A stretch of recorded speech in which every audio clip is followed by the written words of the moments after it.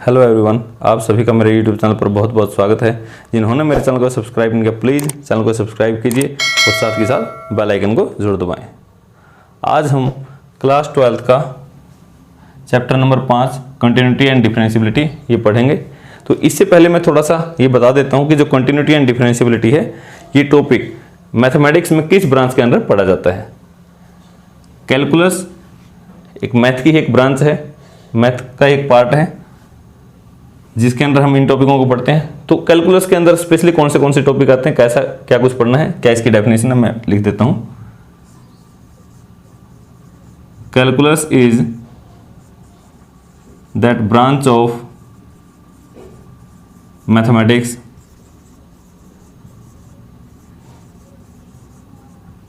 which deals with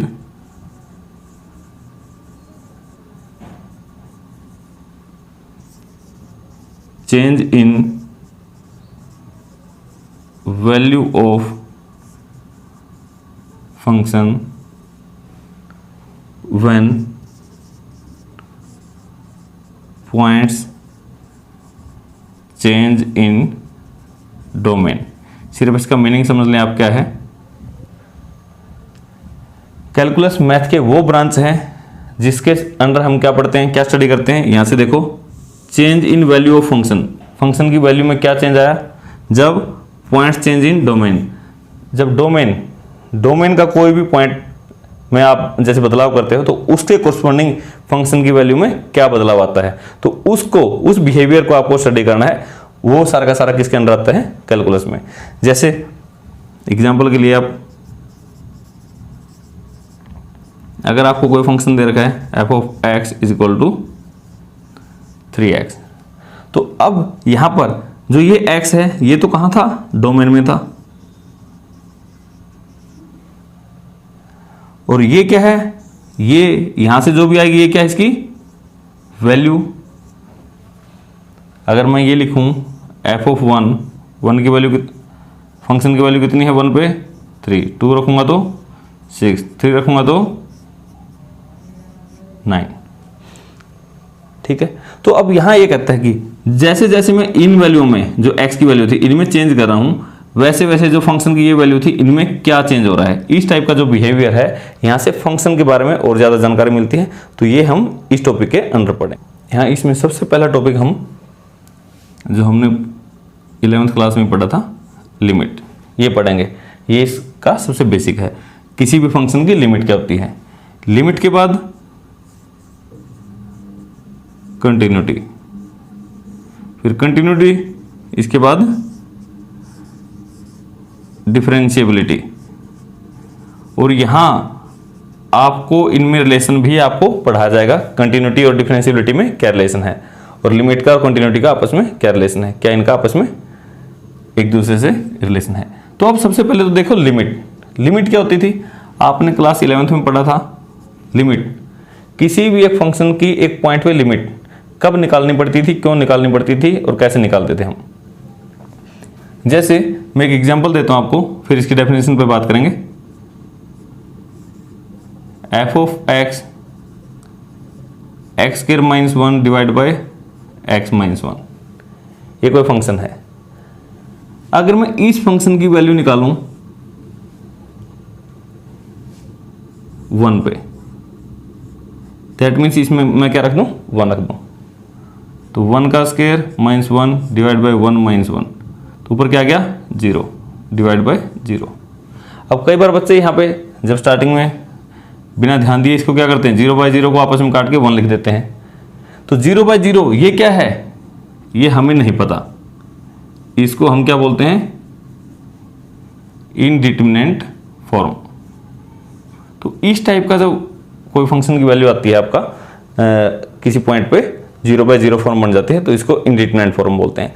तो ऐसी value पे हम कुछ पता करना चाहते हैं इसके आसपास से, जैसे लेफ्ट साइड से इसकी वैल्यू को देखते हैं, राइट साइड से इसको अप्रोच करके देखते हैं, फिर देखते हैं कि कुछ नियर अबाउट कुछ वैल्यू बनती है नहीं। और यदि लेफ्ट साइड से अप्रोच करने से और राइट साइड से अप्रोच करने से फंक्शन की कुछ वैल्यू बनती हो, जो वो कॉमन वैल्यू आई थी, वही उसकी उस पॉइंट पे लिमिट कहलाती थी।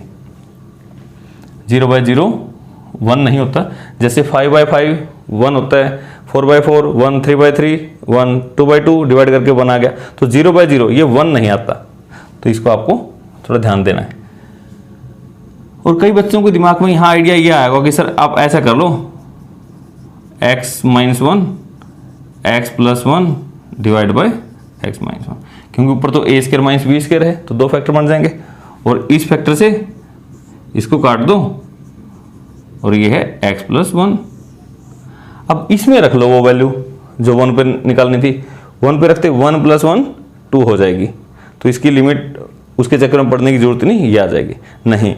तो अब ये देखें, ये फैक्टर इससे कट जाएगा, तब कटेगा जब ये फैक्टर और ये फैक्टर इनकी वैल्यू 0 ना हो, क्योंकि आपको अभी मैंने बताया 0 को 0 से डिवाइड करोगे तो 1 नहीं आता है, तो 0 को 0 से नहीं काट सकते हैं।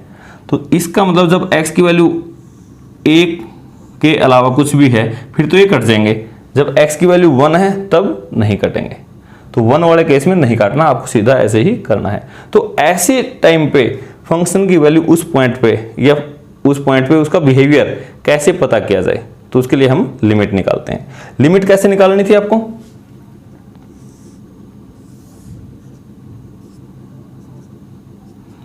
अगर मैं इसी को ग्राफिकली रिप्रेजेंट करूं, आप इसको बना के देख लेना।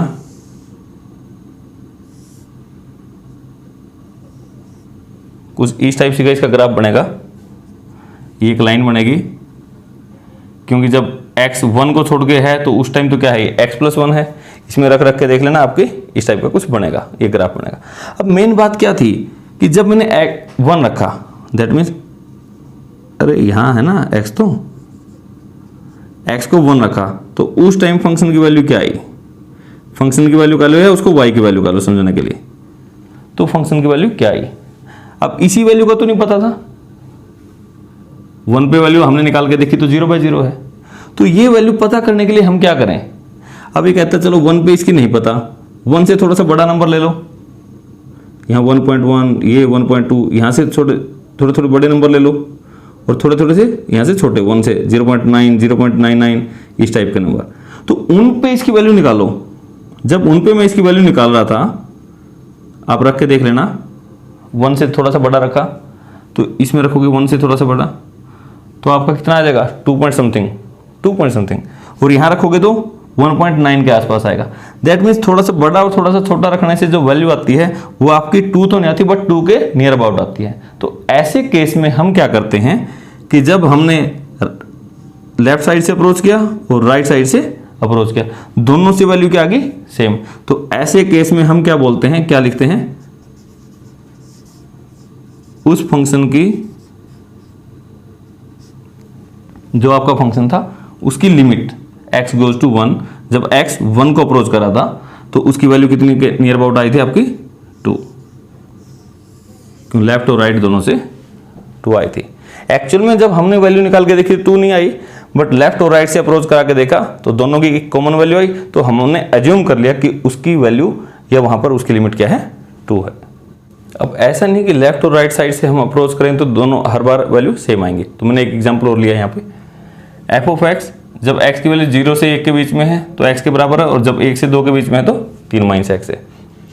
तो मैंने इसका ग्राफ पहले ही बना दिया, 0 से 1 के बीच में, तो जब 1 है तो 1 पे इसकी जो ये वैल्यू है ये नहीं लेनी है, तो आप यहाँ पर एक ओपन डॉट सा लगा के दिखा दिया करें।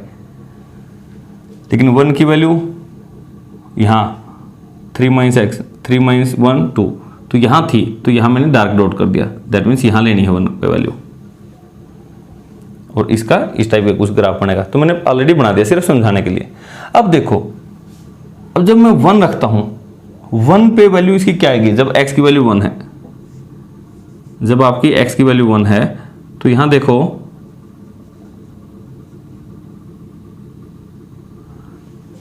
तो फंक्शन की वैल्यू आपको थोड़ा सा नजर आ रहा कि 1 यहां भी है और 1 यहां भी है। तो अब यहां पर इसकी लिमिट क्या होगी, इसका बिहेवियर, लिमिट जरूरी है इसका बिहेवियर यहां पे पता करने के लिए कि कैसा है। तो उसके लिए हमने क्या किया, इसको लेफ्ट साइड से अप्रोच करवाया। यहां से अगर मैं x 1 से थोड़ा सा छोटा ले लेता हूं, यहां से अप्रोच कराता हूं, तो इसकी वैल्यू यहां से आएगी तो यहां कुछ जाएगी, कुछ इस टाइप की वैल्यू आएगी यहां पे, अरे इसकी सीध में आएगी ना, तो लगभग यहाँ पे तो 1 ही है, ये 2 है। जब मैं x को 1 से थोड़ा सा लेस ले लेके इसकी वैल्यू चेक करता हूँ, लगभग 1 के नियर अबाउट आती है। और जब मैं x को ग्रेटर देन 1 से थोड़ा सा बड़ा लेके देखता हूँ यहाँ से, तो इसकी वैल्यू क्या आती है, इसके पास आती है, इसका मतलब 2 के पास आती है। तो यहाँ तो बहुत ज़्यादा डिफरेंस हो गया। जब मैं यहाँ से ले रहा हूँ 1 से थोड़ा सा लेफ्ट ले रहा हूँ तो इसकी वैल्यू लगभग 1 के आसपास आती है, और जब 1 से ग्रेटर लेके देख रहा हूँ तो वहाँ पे क्या आ रही है, 2 आ रही है। तो इसका मतलब लेफ्ट साइड से जो अप्रोच करवाया था और राइट साइड से जो अप्रोच करवाया था, left hand limit right hand limit दोनों क्या है, बराबर नहीं है।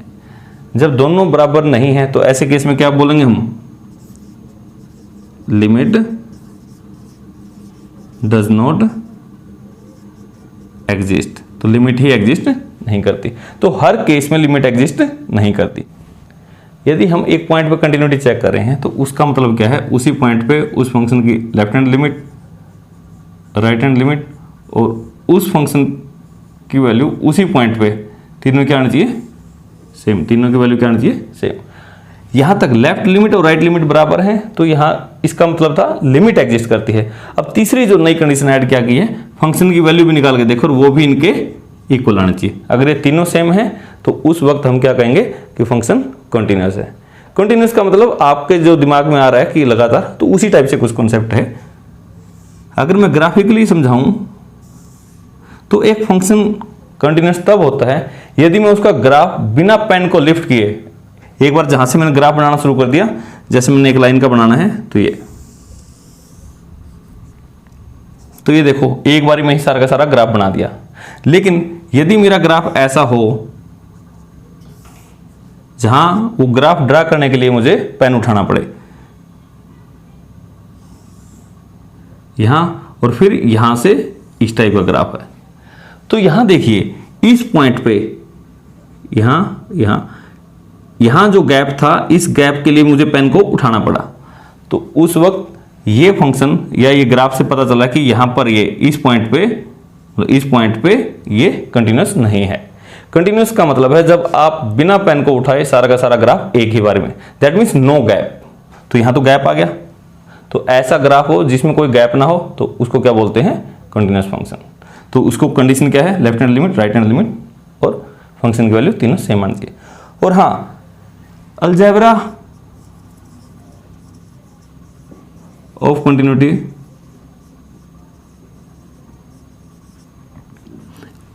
दैट मीन्स आपके पास दो फंक्शन है, एक f फंक्शन है एक g फंक्शन है। किसी पॉइंट पे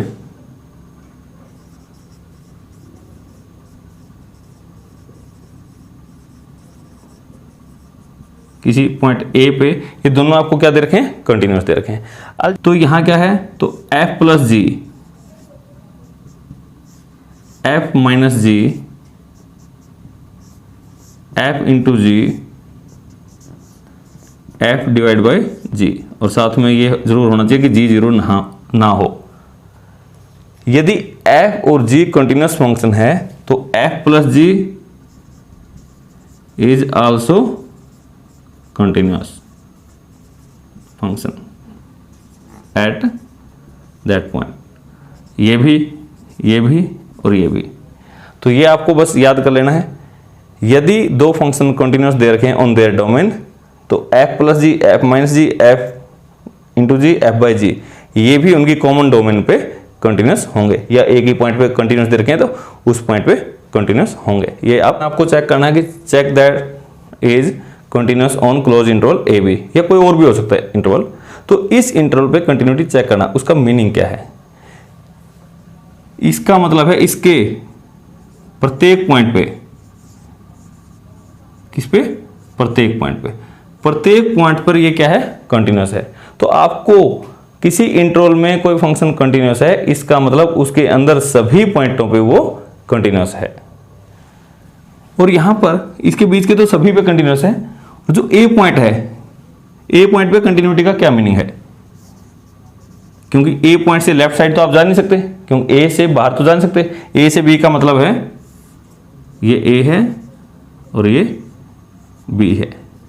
ए से बी का मतलब है ए और बी के बीच के सभी पॉइंट, ए और बी भी इंक्लूड हैं। तो ए से बी, ए और बी के बाहर के नहीं हैं। तो ए पे कंटिन्यूटी का मतलब क्या है? ए पे कंटिन्यूटी का मतलब है, तो ए की कैसी वाली लिमिट लो? सिर्फ राइट हैंड लिमिट, क्योंकि अंदर ही पॉसिबल है, तो इसकी राइट हैंड लिमिट। तो ए प्लस राइट हैंड लिमिट और उसकी वैल्यू सिर्फ दो ही सेम आए, that means right hand limit और फंक्शन की वैल्यू सेम आए, क्योंकि यहाँ पे लेफ्ट हैंड लिमिट का कोई मीनिंग नहीं है, क्योंकि यहाँ इससे बाहर तो आप जा ही नहीं सकते। तो इस फंक्शन में पूछा है तो ये, और यहाँ इसका b का मतलब क्या है? क्योंकि यहाँ तो b से लेफ्ट लिमिट ले सकते हो, लेफ्ट हैंड लिमिट और फंक्शन की वैल्यू b पे, सिर्फ ये दोनों सेम हो, तब भी ये क्या कहलाएगा? कंटिन्यूस। तो यहाँ तो लेफ्ट लिमिट का कोई मीनिंग नहीं है, यहाँ राइट लिमिट का कोई मीनिंग नहीं है। तो ये सिर्फ कॉन्सेप्ट समझने के लिए, क्वेश्चनों में इतने की जरूरत नहीं, क्वेश्चनों में तो काफ़ी आसान सा है। पॉलिनोमियल फंक्शन कैसे होते हैं? इस टाइप के,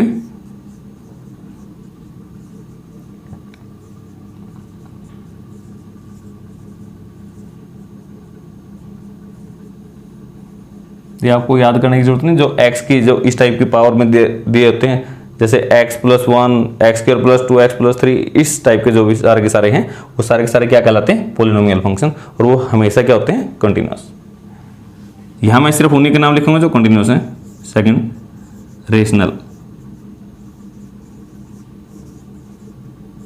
रेशनल फंक्शन भी कंटिन्यूस होते हैं। ये किस टाइप के होते हैं? जैसे ये दे दिया x+3 / x² - 2, दैट मीन्स यहाँ ऊपर भी एक पॉलिनोमियल दे दी, नीचे भी एक पॉलिनोमियल दे दी, दोनों के डिवीजन से जो बनेगा वो क्या है? Rational function. ये भी हमेशा कंटिन्यूस होते हैं ऑन देयर डोमेन, जहाँ जहाँ ये डिफाइंड है वहाँ हर जगह कंटिन्यूस है। तीसरा आपको क्या है, मैं एक में ही लिखवा देता हूँ, मॉडुलस फंक्शन आपको बताया जाएगा। मॉडुलस फंक्शन, साइन फंक्शन, कोस e⁻x, log x, ये हो गए, आर ऑलवेज कंटिन्यूस। लिमिट के बाद आप क्या चेक करते हो? कंटिन्यूटी। कंटिन्यूटी के बाद डिफरेंशिएबिलिटी। आपके सिलेबस में ये तीनों हैं, तो मैं इसलिए तीनों का ही रिलेशन बता देता हूँ। तो सबसे पहले किसी फंक्शन की एक पॉइंट पे हम क्या चेक करते हैं? लिमिट चेक करते हैं। लिमिट आपकी हमेशा एग्जिस्ट करेगी या नहीं? ये हो भी सकता है एग्जिस्ट करे, और ये भी हो सकता है कि ना एग्जिस्ट करे। ठीक है, जब ये एग्जिस्ट नहीं करता तो गारंटी है कि वो कंटिन्यूस नहीं होगा, तो चेक करने की भी जरूरत नहीं है, डोंट चेक, कोई जरूरत नहीं है चेक करने की। आपको गारंटी है अगर ये लिमिट एग्जिस्ट नहीं करती तो कंटिन्यूस नहीं है। ओके, फिर बात है कि लिमिट एग्जिस्ट करती है। लिमिट एग्जिस्ट करती है तो कंटिन्यूस होगा या नहीं? हो भी सकता है और नहीं भी। तो इसके लिए हम क्या करेंगे? चेक करना पड़ेगा। ओके, फिर यहां पे जाके दो केस बन गए। अगर मैं यहां लिखूं कंटिन्यूस, मान लो कुछ फंक्शन कंटिन्यूस हैं और कुछ नहीं है, मैंने इन दोनों को दोबारा लिख दिया, कुछ है कुछ नहीं है। जो कंटिन्यूस नहीं है वो डिफरेंशिएबल होंगे या नहीं? नहीं, बिल्कुल भी नहीं होंगे।